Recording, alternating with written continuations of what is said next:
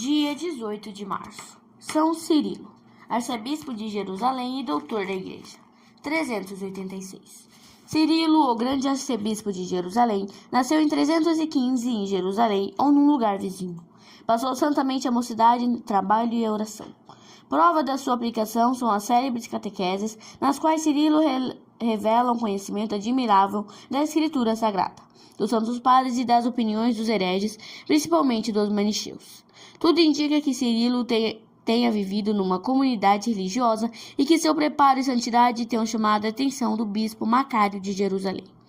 Tendo apenas 19 ou 20 anos, Cirilo foi ordenado diácono e, nessa qualidade, dirigiu em Jerusalém as classes dos catecúmenos, preparando-os à recepção do sacramento do batismo. Em 350 foi eleito bispo de Jerusalém. Célebre na história ficou um acontecimento que se deu por ocasião da tomada da posse de São Cirilo. Ele mesmo relata, numa carta ao imperador Constâncio, do seguinte modo: Aos 7 de maio, pela hora terceira do dia, às 9 horas da manhã, apareceu no céu uma grande luz, em forma de uma cruz, que se estendia do Monte Calvário até o Monte Olivete. Este fenômeno foi observado não por uma ou outra pessoa, senão pela população inteira da cidade. Também não se tratava de uma aparição rápida, pelo contrário, a luz brilhou diante da nossa vista durante algumas horas e com um esplendor tal que o próprio sol não a ofuscou.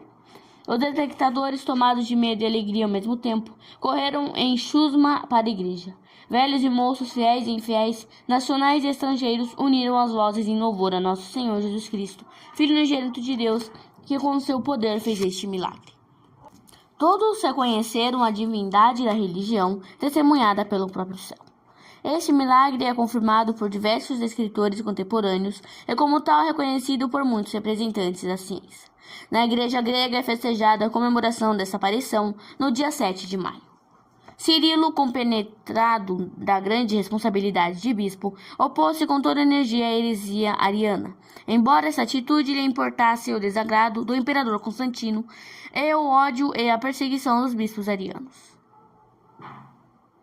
Um deles, Acácio, bispo de Cesareia, contra o qual Cirilo se viu envolvido num processo em questão de jurisdição, envidou todos os esforços para perdê-lo. Para este fim, apelou para um concílio composto exclusivamente de bispos arianos, o qual decretou contra Cirilo a deposição. Entre outras acusações, levantaram também a de ter esmanjado os bens da igreja e profanado os santos vasos litúrgicos, dando-lhes destino profano. Essa acusação tinha um fundo de verdade. No tempo de uma grande carestia e fome, Cirilo, vendo a miséria do povo e não tendo outros recursos para aliviá-la, lançou mão de alguns vasos litúrgicos e de algumas preciosidades da propriedade eclesiástica e vendeu-as para salvar os pobres da morte. Em vista da guerra que lhe faziam, Cirilo saiu de Jerusalém. Exilado da diocese, achou agasalho em Tarso, onde o bispo Silvano o recebeu com todas as honras e onde ficou até o ano de 359. Naquele ano, o concílio de Seleucia o estabeleceu em sua dignidade. Os arianos, porém, conseguiram que um outro concílio celebrado em Constantinopla o depusesse outra vez.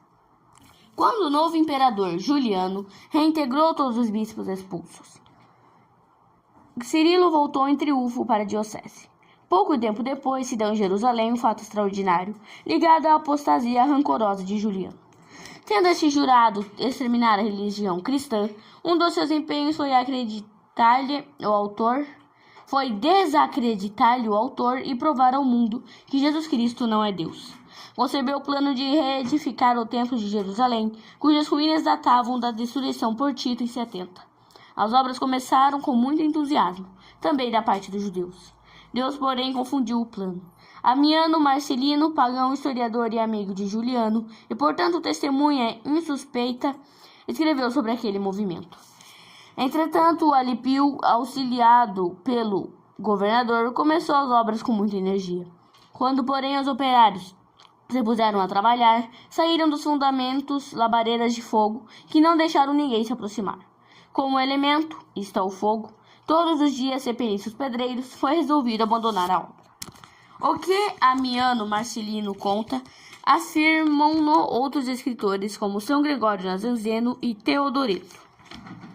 e Teodoreto, Rufino, Sócrates e Sosomeno.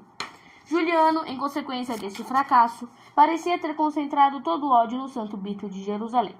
Mas Deus não permitiu que chegasse a executar seus planos ímpios, pois, numa expedição contra os persas, Juliano perdeu a vida. Em 367, São Cirilo foi obrigado, mais uma vez, a comer o pão do exílio, por determinação do imperador Valente. Morrendo este em 368, Cirilo voltou para Jerusalém. Cuidava o bispo de modo especial da conservação da fé no meio dos perigos que a ameaçavam da heresia ariana, tão poderosamente apoiada por alguns imperadores. Em 381, Cirilo tomou parte no Concílio Ecumênico de Constantinopla. Em 386, foi descansar das lutas e receber a recompensa eterna. As obras de São Cirilo são de grande valor. Nelas vemos estampadas a religião católica, como nós a conhecemos. Cirilo fala da Santa Missa, chamando-a o sacrifício incruento, o sacrifício propiciatório ou culto de Deus mais sublime. Muito claras e positivas são suas expressões sobre o mistério da real presença de Jesus Cristo no Santíssimo Sacramento. Reflexões.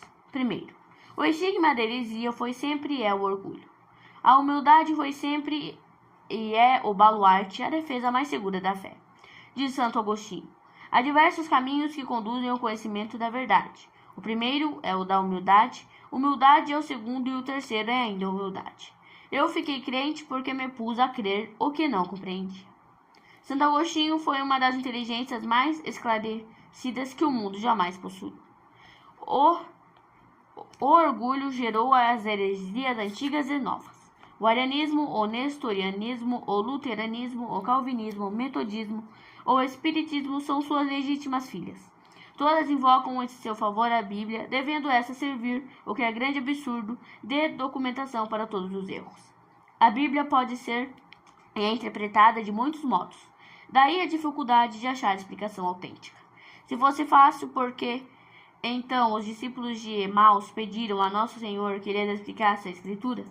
Porque o eunuco da rainha dos etíopes respondeu ao apóstolo Filipe, que lhe perguntava se tinha compreendido o que lera na Bíblia, como poderia compreendê-lo, não tendo quem mo explicasse? Muitas coisas da Bíblia os próprios apóstolos não compreenderam, apesar das respectivas explicações que tiveram de Nosso Senhor. Como se justifica a grande divergência que há na explicação da Bíblia entre os hereges?